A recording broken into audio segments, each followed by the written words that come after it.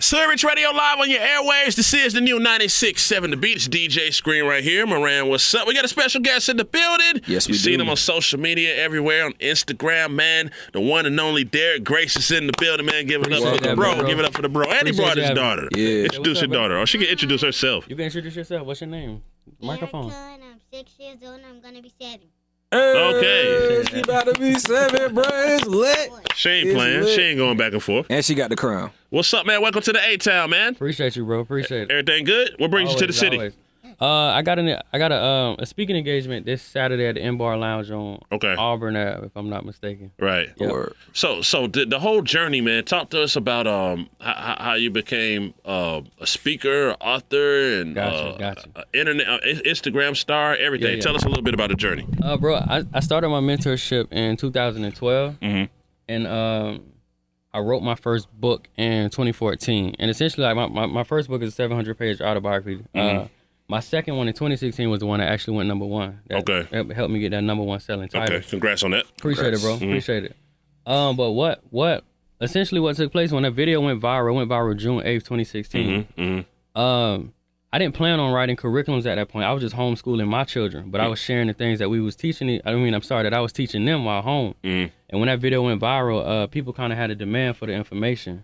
So it was really them that made me start. But the people started making me write curriculums because they kept asking, "How can I teach my kids this X, Y, Z?" And then eventually, I just started writing curriculums from that point, as well as the books.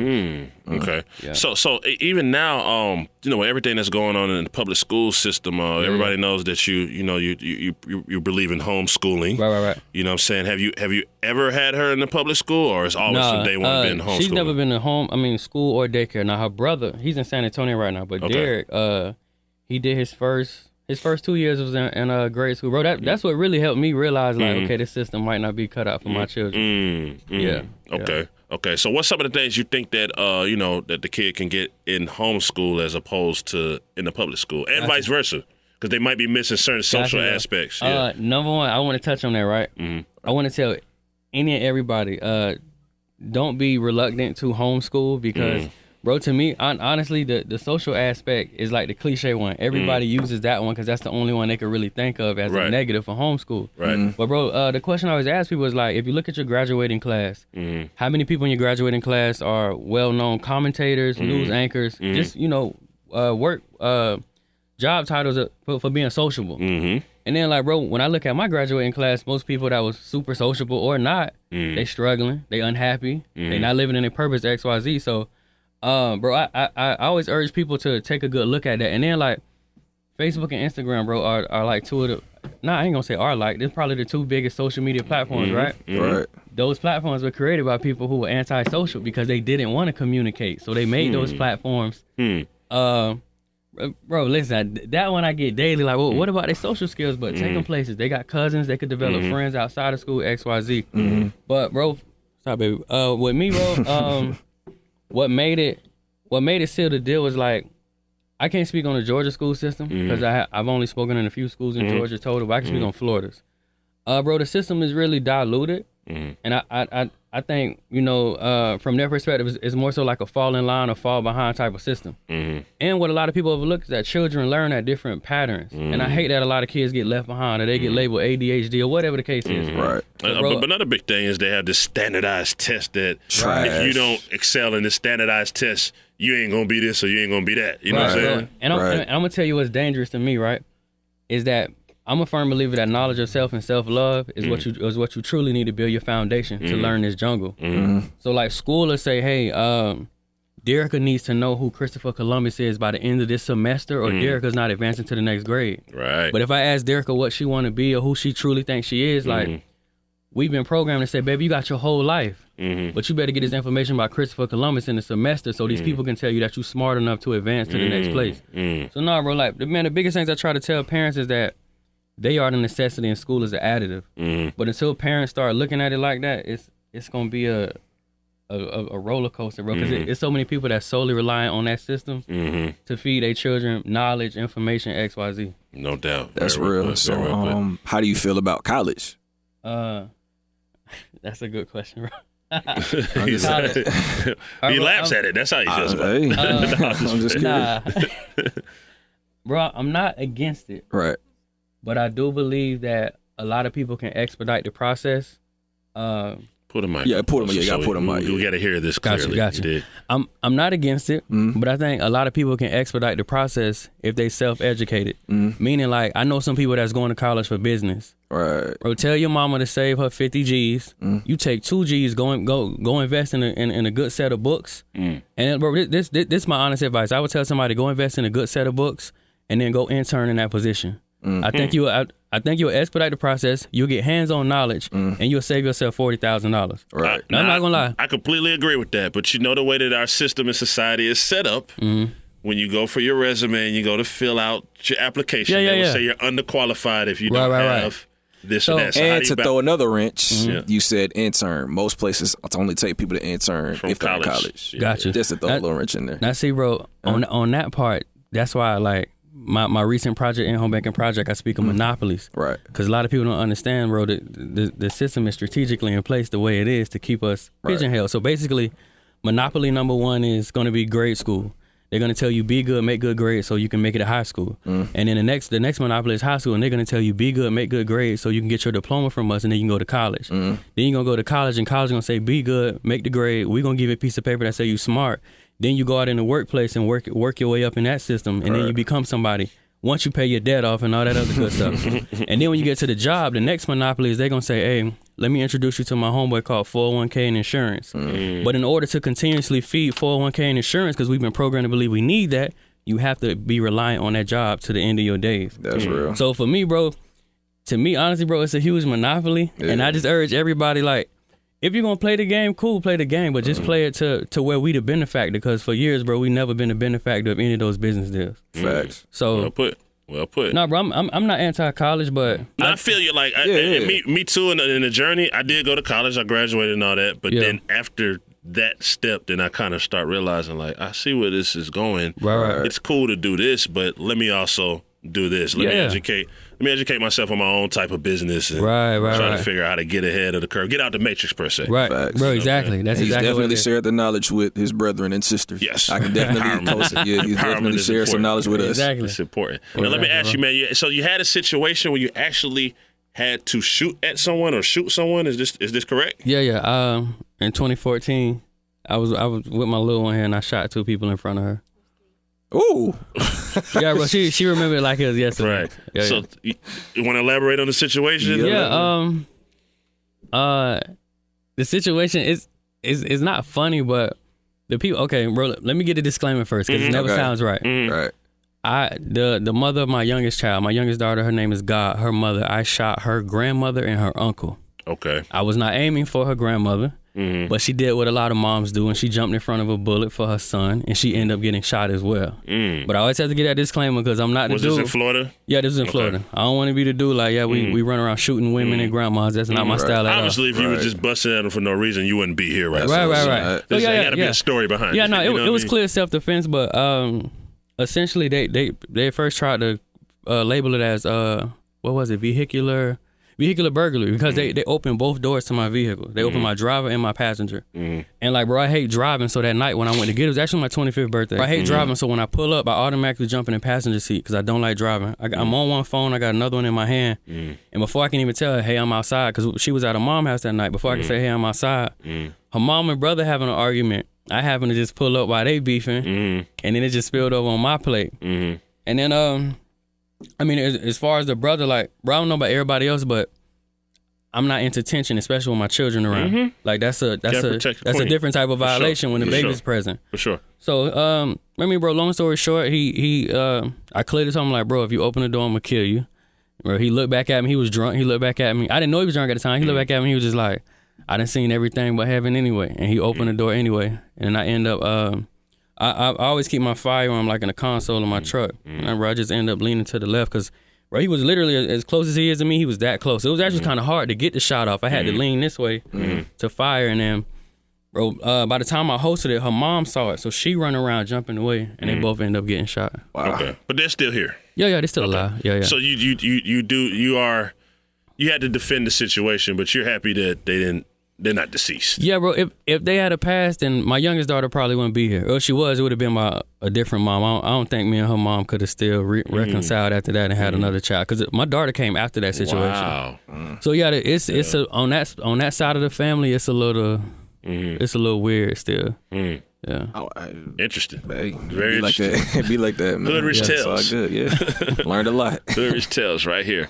So, what else are you into? You know, we're saying, obviously, we know, the homeschooling is big. You're bringing your daughter up. You spoke about, being an author, and you're trying to spread the knowledge that you have with a lot of other people. But what's some other things you're into that people might not know, just watching your Instagram or reading your book that you're into?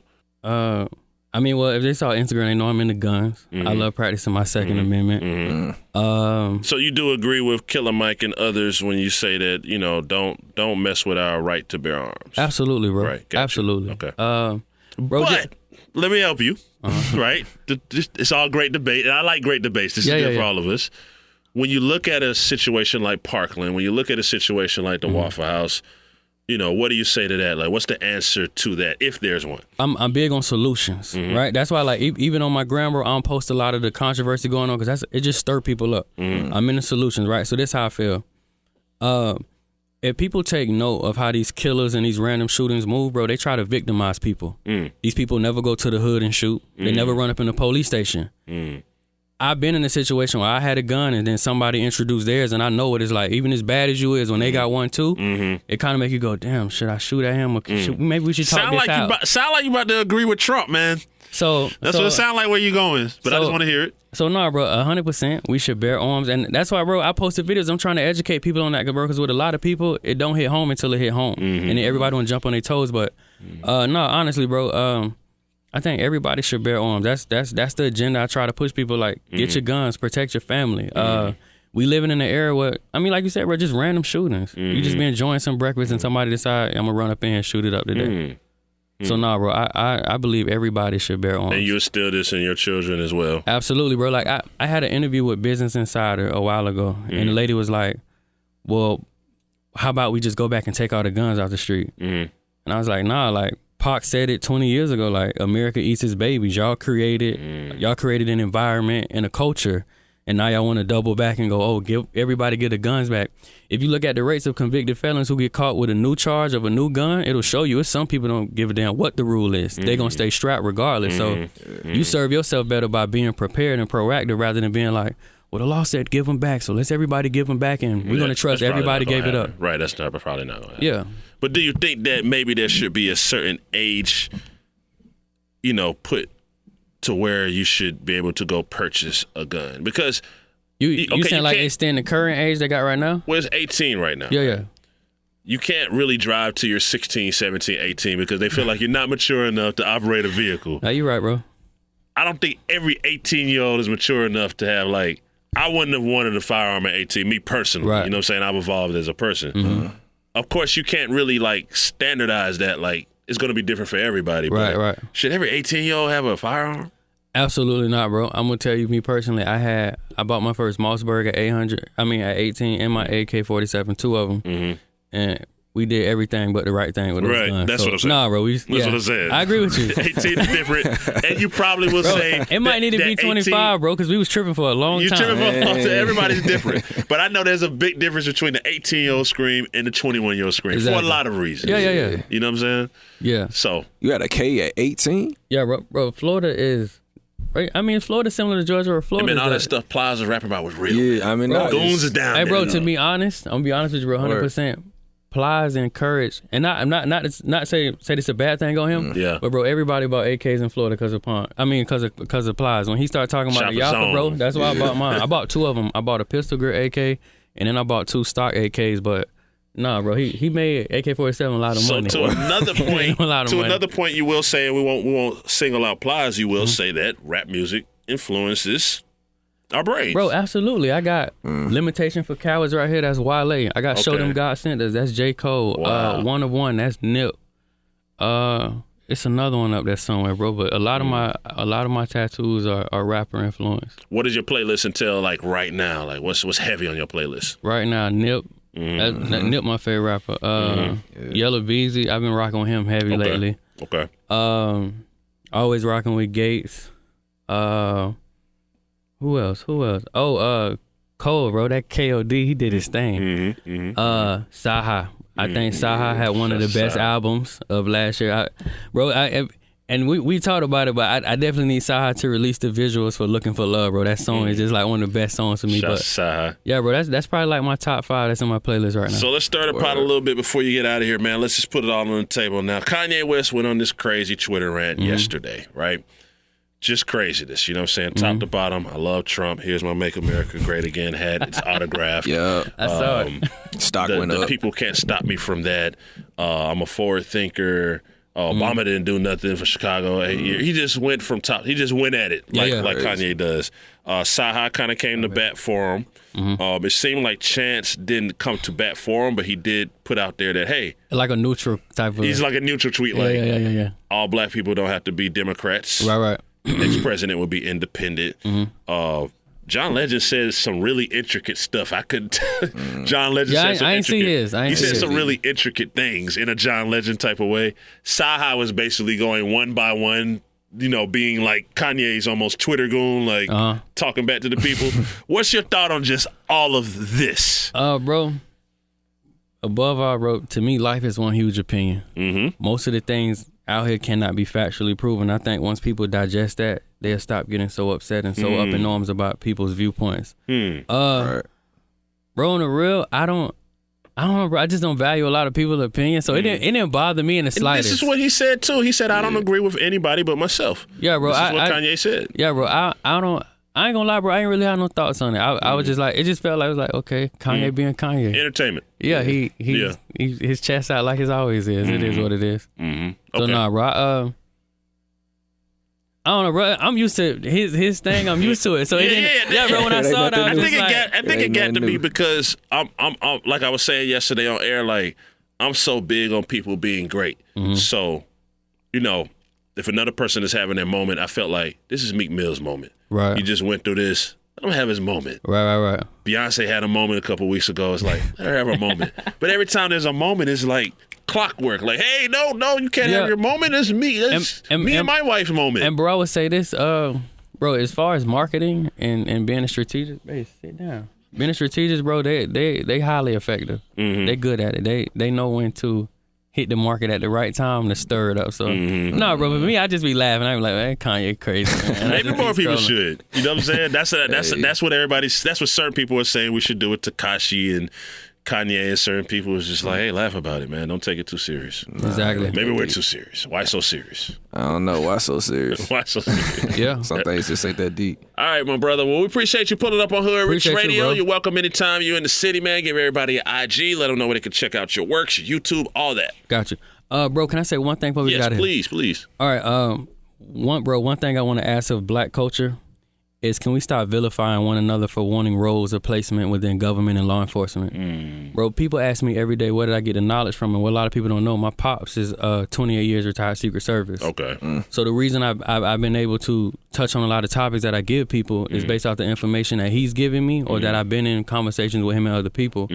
And then, like, bro, just constantly I see the police shootings, this and that, and people feel like the system is not built for them. I will agree it's not, but it never will be, because we vilify one another when we go, hey, I want to be a judge, I want to be a lawyer, I want to be a police officer. And what a lot of dudes overlook, bro, is that you're going to need somebody when you get pulled over that you could call for that favor. You're going to need somebody when your taxes might be running late that you can call for that favor. Judges, lawyers, whatever the case is, bro. So I just want to ask our culture to stop vilifying one another for wanting positions in there, because I mean, bro, just imagine if street dudes took over the courtrooms. I'm sure sentencing would be totally different. But a lot of them never will, because internally, subconsciously, they feel like, oh, they're gonna clown me, or I lose my street cred, blah blah blah, if I take this position. That's a good way to look at it. Yeah, no, bro, I just want to throw that out there, bro, because every day people be like, well, how'd you figure this out? And I'm like, I hung with somebody who had the keys. We should encourage one. I mean, the whole team ain't got to go, but let 2 or 3 of them go get the keys. I say, even for real, if it's people of color, let's diversify our career spectrum. Like, everybody can't rap or play ball. Exactly. You know what I'm saying? So there's other things that you can seek and do and be great at, and, that'll open up other doors for other things. You know what I'm saying? 100%. So, yeah, bro, to everybody, the website is DerrickGrace2.com. The social media, same thing, at DerrickGrace2. TWO YouTube, bro. Everything under my government name. They Google it, everything will roll out. Yep. Oh, and just one thing. This summer I'll be starting a program for single mothers and convicted felons to access my information for free. Okay. In August 18, I'll be opening up my first Unlearn and Relearn Learning Center in Tampa, Florida. Okay. Yeah. Give it up for that brother Derrick Grace, man. Sharp brother, man. Giving back to the culture Hoodrich for Radio's real. 96.7 The Beat. Don't change the station. It's Hoodrich Radio. You better not change the station.